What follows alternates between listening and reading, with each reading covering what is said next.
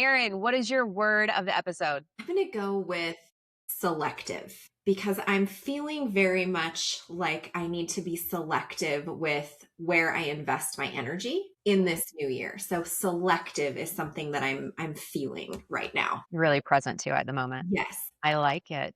Natalie, what word are you present to? My word is enthusiasm because I want it. Anybody who knows me would be like, duh, you have it. But I want it to be present in more consistent spheres of my life. So I want my natural enthusiasm to be spread out as opposed to kind of focused mainly on work. I love that. Awesome. I'm definitely feeling friendship because our guest today has been a friend of mine for many years. In fact, when she wanted to launch her podcast, we crawled into bed together to launch in bed with the fitness industry. Mhm. Nice. Back when you could, Back when you could literally crawl into bed, when we didn't have to be in our individual beds, but we could be side by side. Yes. So cool. I love that. oh goodness. So everyone meet Nathalie Lacombe. I'm going to let her tell you a little about herself. Tell us how did you get started in the fitness industry and what have you been up to? I like to say I was like almost born and raised in the fitness industry, or I grew up in the fitness industry. I have always had a passion for movement, for exercise, for the joy that that brings to our lives and to our relationships and everything else. I studied exercise psychology in school. So from an academic standpoint, that is where I did my undergrad and my master's degree. And during that, I started teaching classes because I was the person that always went to them anyways, including up to 24 classes a week. Remember those days? Yeah. And then started to balance it out. Have had the pleasure of having almost 30 years now working in the fitness industry as an instructor, as a trainer, as a yoga teacher. My last big full-time executive job was vice president of CanFit Pro. That's CanFit Pros is Canada's largest provider of fitness education. And then I moved back to Montreal about 7 years ago, and since then have continued of enjoying a career in health and fitness and wellness and all the relationships and fun things that came along with that through the past few years. And Erin, what's really cool about Natalie is she was the first woman that ever was like openly talking to me about hormone therapy and advocating for herself. Nice. Yeah. Girl, Hero with us today.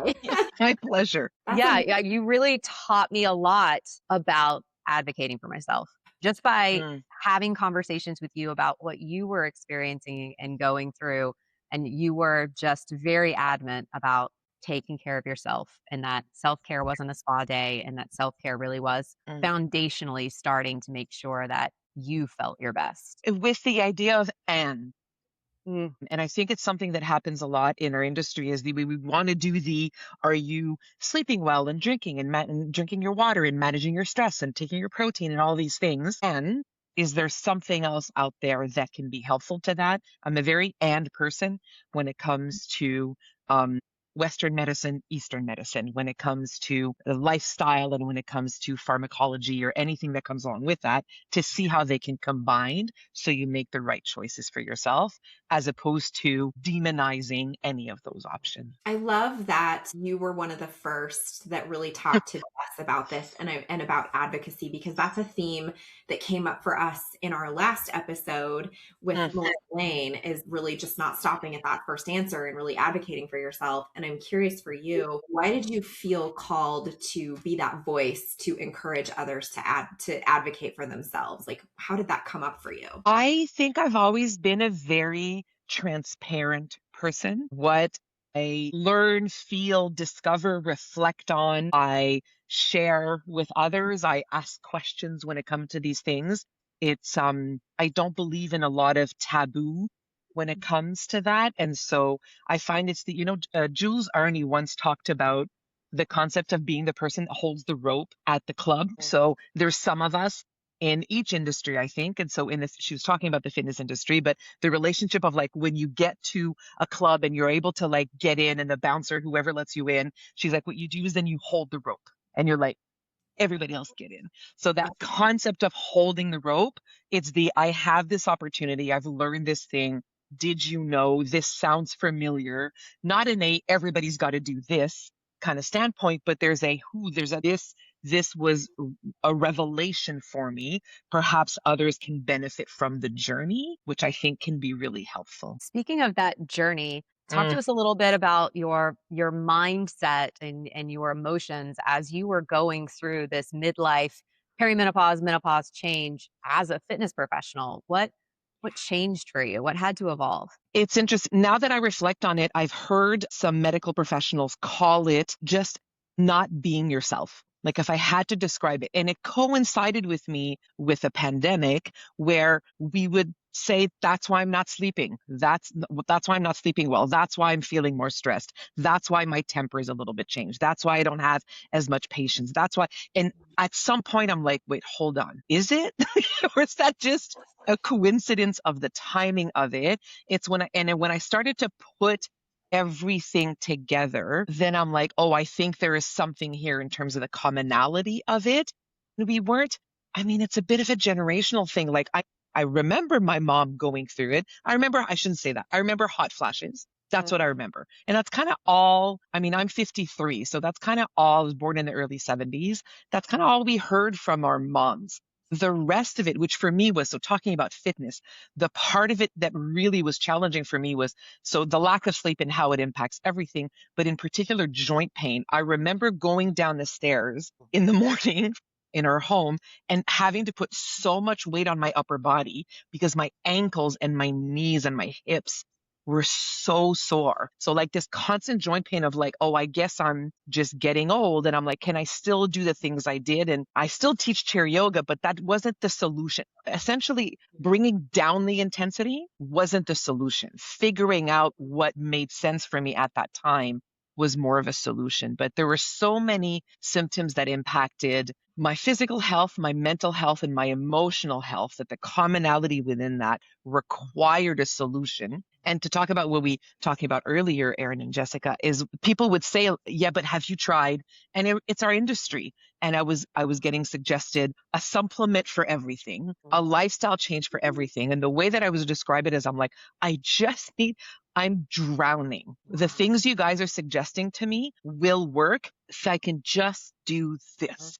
Mm-hmm. Once I can get my head above water, then yes, these things will come back. But I was drowning.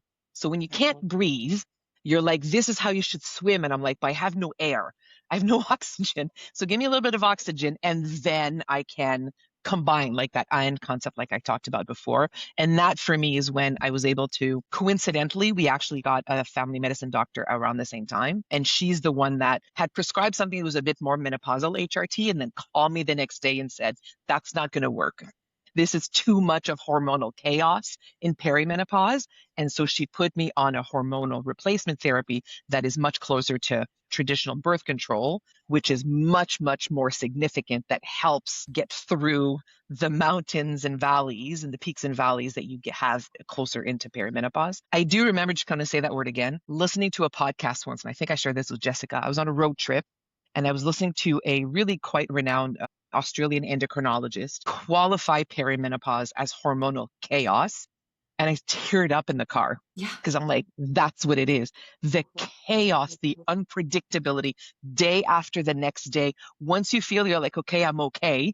And then something else happens and it completely shifts, is just really hard to keep taking one step in front of the other. We were And talking about that a few episodes ago, how I felt Are that you? way with rage, or I do still feel that way with rage. Like you can just, Mm. the hormonal shift can be so fast Hmm. between crying to punching the wall. Like yeah. it's just, like you said, I think chaos is the perfect word that explains how you feel on a day to day basis. Yeah, I absolutely agree with that. And I loved so many of the things that you shared, Natalie, about one of the things that sticks out for me is that you were experiencing things that required a solution. I think Mm. that's a really important word there, required. Like we deserve to feel our best. Therefore, a solution is required. I also appreciated that you gave that image of like drowning. Like here's Mm. how you need to swim, but again, I don't have any air. And Mm. I find that to be so common in the industry that we are told to supplement to death, and it becomes not only costly, but it becomes like that overwhelming sense of like I'm drowning. I have beef liver and I have this and I have that and all of this. And how do I have time to simply just be when I'm trying to fit all of these things together without really looking at what is the foundational issue? You can Yeah. supplement all you want, but if you're not addressing what's down here, that's maybe going to work temporarily. And so I appreciate that you gave that image of like feeling like you're drowning. I think that is so common for so many, and maybe you phrased it in a way that many other women haven't yet been able to aptly describe for themselves. And I think the piece of supplementation is I'm analytical. And so if there's like, here's the 7 you should take, I'm not going to start taking 7 supplements at the same time. I'm going to take one for like a month and see if anything changes. And then I don't want to be, to your point, I don't want to be on $600 a month of supplements and not knowing which one works and which one doesn't. And everything's really anecdotal. And then the quality of it and the dosage and everything else is really challenging when it comes to that. Every manufacturer does them a little bit differently. So I do have some things that I take. I do have some things that I supplement now. And, when a symptom gets a little bit stronger, I'll look into some of those challenges when it comes to that and see if it can help. But I remember, excuse me, 2 days, I should say, let's say a week after starting HRT, being in the car at about like 6 p.m. and a song came on that I liked with my husband, and I started singing and dancing a bit in the car. And he looked at me and he's like he didn't remember the last time I was myself at 6 p.m. As opposed to by 3:34, I'm like, Nathalie, out. Like I've got nothing left. I had no resilience. I had no wherewithal. I had nothing left. And 6 o'clock and I'm dancing and he's like, oh, I remember this girl, to be able to sustain that and be able to have that. It's funny because I had seen the first doctor I went to, which is more like in an emergency type of situation, happened to be a male doctor. Use that, do with that as you wish. He said there's no hormonal replacement until you qualify as being fully menopausal, which means 1 year after your last period. So he's like, so you're not there. And I'm like, great. And he's like, I can sign you up for a cognitive behavioral therapy, but there's about a 1 year waiting list. And that was it. Because the issue at that time for me was sleep. Because I'm like, if I can sleep, like I'd studied sleep a fair bit. I'm like, if I can sleep, that to me was the oxygen mask. Then I'm like, if we can just figure out the sleep. And his suggestion was CBT, which again, fantastic resource, great for a lot of things. But if I'm going to wait a year anyways, and I'm like, no, this isn't. And I happen to see we get the family doctor 2 weeks later and everything changed. And so not everybody's perfect with everything. Again, I'm not saying that medicine is the solution, pharmacology is anything is there, but to the point of advocating for yourself and going like, there is something. It's funny you mentioned, Erin, in terms of like what we deserve when we advocate for ourselves. It happens to coincide with many of us in this industry, just like any other, at the peak of our careers. And the amount of women who have to take significant amounts of time off when they are hitting the peak of their career in terms of knowledge, capabilities, assets, salary, and then you have to pull back because you're just not able to be, you're like, this is what I expect of myself. And you tell yourself, this is what others expect of me. And I'm showing up for meetings the wrong day. What the heck is going on? Like the brain fog, hitting brain fog at the hot flash is one thing, but hitting brain for me, somebody who, from a leadership perspective, hitting brain fog at the peak of your career isn't cute. Or fun. It's not fun. It's humiliating. It's humiliating. And then you're like, the reflex of a lot of women is just to self-retreat and be like, I need to figure this out before I come back because I'm not going to sabotage the rest of my career that I've worked decades for to have these people think that this is who I am. Like that's really, really challenging. And so, yes, we absolutely deserve all the resources that we can advocate ourselves towards. And it's amazing how we will suffer in silence when we have those moments of brain fog that we will self-retreat because we're so worried about having that moment again in the future. And there's this stigma between coming out and saying what's going on, right? Of retreating back away from ourselves because we're so worried that that's how they're going to perceive us as being naturally instead of perceiving us going through this change. And we're not to the point yet where we can just say, menopausal moment in the middle of a boardroom. We're getting there. But it's just not quite in the societal vernacular yet. Right. Mm. And we see this even with pregnancy, right? Of Yeah. pregnancy fog and pregnancy brain. And it's still Yeah. not to the point where women can say, I'm in my second trimester. I'm lucky that I got here and I remembered where to park. And so we're still having to break through that barrier a little bit. Natalie, do you have any advice for women who Mm. are in the middle of their career, in the middle of the fitness industry, who are going through these changes, who might have sleep issues, like you mentioned, or joint pain, especially when teaching so many classes? What Mm. maybe should they investigate as their step forward? So I would absolutely speak to my whoever it is closest medical professional about it for them to be aware of what's going on. Whether or not that doesn't mean you're going to start taking medicine. That doesn't mean you're going to start to, but this person needs to be informed. In the same way that if you had any other, let's call it an ailment or an issue, and you would be like, okay, can the next time I see them, I'm going to let them know that this is bothering me. This is something that's happening. You absolutely need to let them know and see if there's any discussion that can come from that. And if anything can come from that, there's a variety of HRT types of solutions that they might be able to offer. Perhaps it is therapeutic.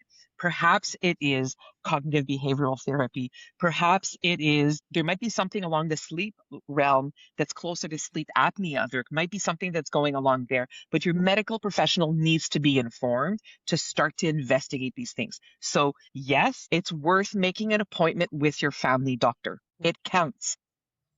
Yes.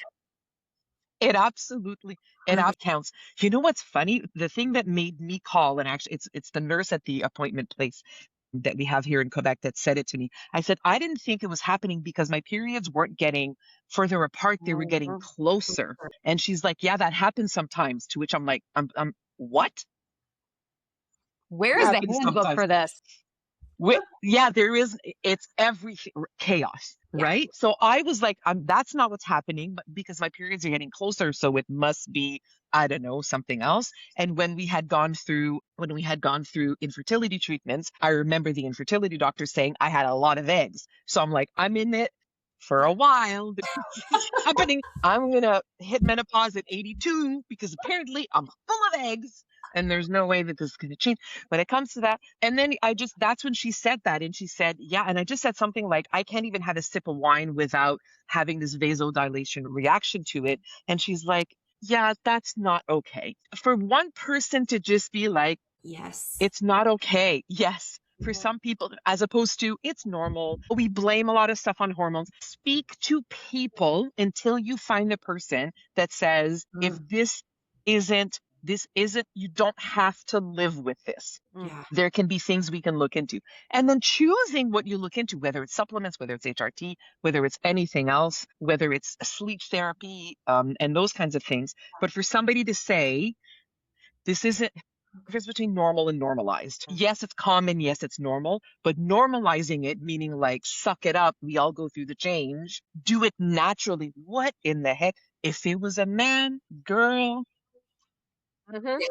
do you know what I mean? If if the situation was on the other gender, it wouldn't be tolerated for more than 6 weeks. We tolerate for years. And so if something is progressing, if something has changed and you're noticing some commonalities, because the slew of symptoms are so wide, if you used to feel a certain way and you're not feeling that way now, and it's impacting your relationships, your sleep, your ability to teach classes like you used to, your ability to find pleasure in your work and finish your classes and finish your personal training sessions, feeling like you're like, yeah, like I'm really good at what I do, then speak to somebody about it. Bravo. Mic Perfect. drop. Done. Yeah, done. We're like, yes, that nothing else to say. That was perfect. I'm kind of like speechless right now. I'm like, that's the sound bite of the year. Yeah. Which brings us into our next section of the podcast of what are you over? What are you done? What's dead to you? And I'm going to tell you that normalization that's dead to me now. Same. Okay. I'm so tired of us putting all of these symptoms together and telling women, just suck it up. You just need to exercise more. You just need to eat less. You need to be smaller. You need to do and be confined yourself. to this. Yeah, confined to this shadow of what you felt like in the past. And normalizing these things as get through it, instead of saying there are so many different avenues that you can change and do in your life that will make you feel closer to better. Whether that, like you said, sleep, whether it's cognitive therapy, there's so many amazing apps out there now for talk therapy, for therapeutic purposes for women. I mean, maybe it's a meditation practice, a breath work, maybe you're changing your workout routine. Like there's so many things that you can do. And the idea of just like suck it up and do more, not do different. I'm over. I'm done. Mm, What about you, Erin? What are you done with? I think the only thing I have to add is I'm done with white knuckling wellness. mm. This requires a solution, and I'm over not having one. Love it. Nathalie, what are you over? What's dead to you? What are you done with? I'm gonna say I'm gonna be tough on ourselves a bit and say the judging that we do amongst Mm, ourselves, the judging we do amongst ourselves of qualifying something as weak, qualifying because I'm not like that, then how come you can't? That's not how humanity works. That's not how we work. Everybody's journey is different. And it's funny, like even in two women, even in one woman, women will tell you that you'll have two pregnancies and they can be completely different. Yet we assume everybody's going to go through perimenopause the same way. How does that make any sense? In the same woman, two pregnancies can be different. And so to understand that everybody's experience is different and what they need and what helps them is what can be there. And as long as providing access and providing opportunities and helping people see through I see it again in the wellness space, Erin, you're talking about even in the wellness space, women amongst one another, like we don't, and it's not lifting one another up in this esoteric, like, oh, women are amazing. Like, I'm not saying that, but let's have insightful conversations. Let's seek to understand. Let's not block, judge, all of that stuff. Let's help. We're not going to get there without helping one another. It's a collaborative effort, I yes. love it. It's not a collaboration, competitive effort. not competition. Yeah. My journey's worse than yours or Yes. Yes. It's a anything. collaborative effort. So the competition and the judgment is what I'm saying no to. Love it. That's beautiful. There's so many amazing tidbits of information that you've just shared with us. Thank you for being on Fit and Flustered. Thank you, listeners, for tuning in. We hope that you picked up a couple of tips and tricks and truths that you can apply to your own wellness journey as you're going through this lovely midlife evolution. And thank you for being here with us and going through our midlife evolution with us. Yes. Nathalie, thanks for joining us. It's my pleasure. Au revoir, everyone. Thanks, Erin. Thanks. Bye, Bye, ladies. everyone.